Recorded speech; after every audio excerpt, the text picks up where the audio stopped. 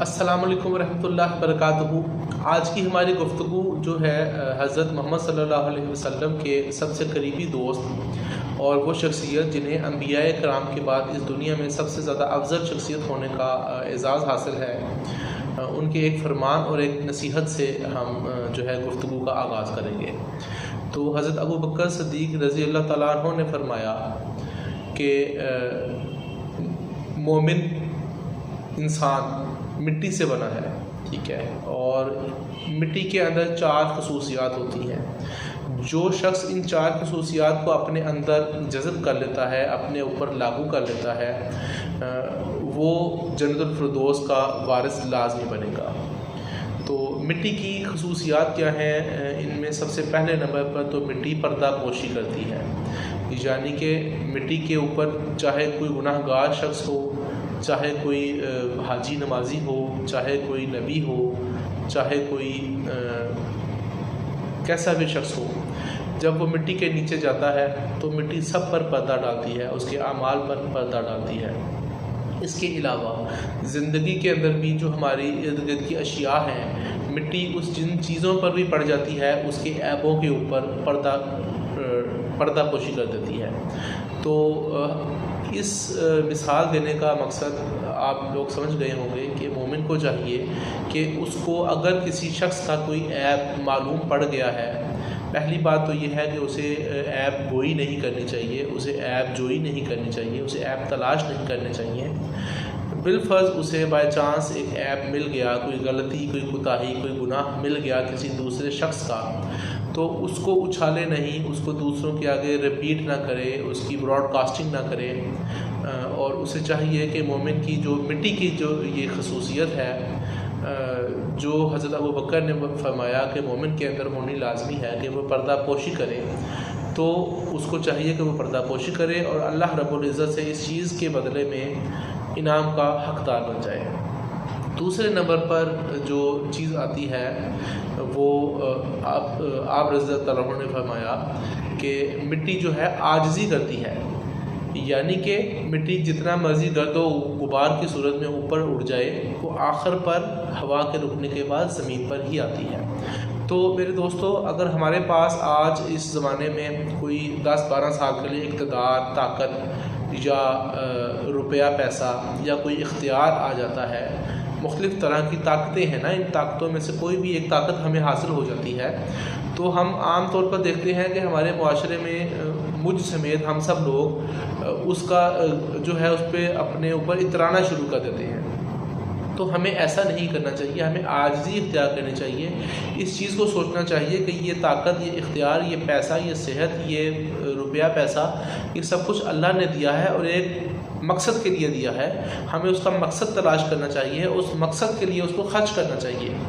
ٹھیک ہے، چاہے وہ ہماری صحت ہو، چاہے ہمارا پیسہ ہو، اللہ نے ایک مقصد سے ہمیں دیا ہے، ٹھیک ہے، اور اس مقصد کو تلاش کر کے اس مقصد پر جو ہے محنت کرنی چاہیے، نہ کہ اس اللہ کی دی ہوئی نعمت کے اوپر ہم جو ہے فخر اور غرور کریں اور دوسروں کو نیچا دکھائیں۔ اور اگر یہ چیز ختم ہو جائے تو ہمارے معاشرے میں بہت ساری بیماریاں، بہت ساری مفلسی جو ہے، محرومیت ہے، وہ ختم ہو جائے گی۔ تیسری چیز آتی ہے جی، مٹی جو ہے وہ نشو و نما کرتی ہے۔ ایک تو مٹی نشو و نما کرتی ہے، دوسرا مٹی نشو و نما میں مددگار ثابت ہوتی ہے۔ دونوں چیزیں آ جاتی ہیں، یعنی کہ مٹی کے اندر آپ ایک بیج پھینکتے ہیں، اس سے ایک تناور درخت بنتا ہے، سالوں سال اس سے آپ پھل کھاتے ہیں۔ تو مٹی نے اس کو نشو و نما کی بھی اور نشو و نما میں مددگار بھی ثابت ہوئی۔ نشو و نما کرنے والا تو اللہ ہی ہے، ٹھیک ہے، لیکن ایک ماحول جو کریٹ کیا وہ اس مٹی کے اندر ماحول کریٹ ہوا۔ تو یہاں پہ پہلو یہ اٹھتا ہے کہ یا تو ہم نشو و نما کریں، ٹھیک ہے، دوسروں کو آگے بڑھائیں، دوسروں کو بڑھاوا دیں، ٹھیک ہے، یا پھر ہم کچھ ایسا کریں کہ جو دوسرے کی نشو و نما ہو رہی ہے، اس کی ترقی ہو رہی ہے، اس میں ہم ہیلپ فل ثابت ہوں، اس میں ہم اس کو سپورٹنگ کردار ادا کریں، ٹھیک ہے۔ تو اگر ہم نشو و نما والی اپنی خصوصیت اپنے اندر پیدا کر لیں گے تو انشاءاللہ العزیز اللہ تعالی ہمیں بخشے گا بھی اور ہمیں حضرت ابو بکر کے فرمان کے مطابق جنت میں داخل بھی کرے گا۔ چوتھے نمبر پر چیز آ جاتی ہے جی، سب سے اہم چیز، برداشت۔ اب یہ ہمارے لیے سب سے اہم چیز ہے۔ ہم نے اوپر کی تمام چیزیں کی، ہم نے کسی کی پردہ پوشی بھی کی، ہم نے کسی کی آگے عاجزی بھی اختیار کی، ہم نے کسی کو نشو و نما میں مدد بھی کی، اس کی نشو و نما کروائی بھی، اس کو ہم نے پروان چڑھایا، اب اس کی طرف سے کچھ زیادتیاں ہوں گی، ٹھیک ہے، اس کی طرف سے اب وہ بھی تو دارالامتحان میں ہے، ہم اکیلے نہیں ہیں جس کی ہم نے نشو و نما کی یا ہم نشو و نما میں مددگار ثابت ہوئے، اصل میں تو وہ بھی امتحان میں ہے۔ تو اب اگر وہ امتحان میں فیل ہو رہا ہے تو ہم اس کے ساتھ خود سے کیوں فیل ہونا شروع ہو جاتے ہیں، خود اپنے اوپر کیے کرائے پر پانی کیوں پھیرنا شروع کر دیتے ہیں؟ ہمیں برداشت کا حکم ہے، صبر کرنے کا حکم ہے۔ اس کے علاوہ جس مٹی سے ہم بنے ہیں وہ مٹی بھی برداشت کرتی ہے۔ سب سے زیادہ برداشت اس معاشرے میں، اس دنیا میں اگر کوئی چیز کرتی ہے تو مٹی کرتی ہے، ٹھیک ہے، ہم اس کے اوپر عمارتیں کھڑی کرتے ہیں، اس کا پیٹ چاک کرتے ہیں، اس کو ہم بھٹی میں جلاتے ہیں اینٹ بنانے کے لیے، ٹھیک ہے، اس کے اوپر وزن چلاتے ہیں، پوری دنیا اس کے اوپر چل رہی ہے، وہ برداشت کر رہی ہے پوری دنیا کا وزن۔ تو ہمیں چاہیے کہ ہم ایک تو دنیا کا وزن برداشت کریں،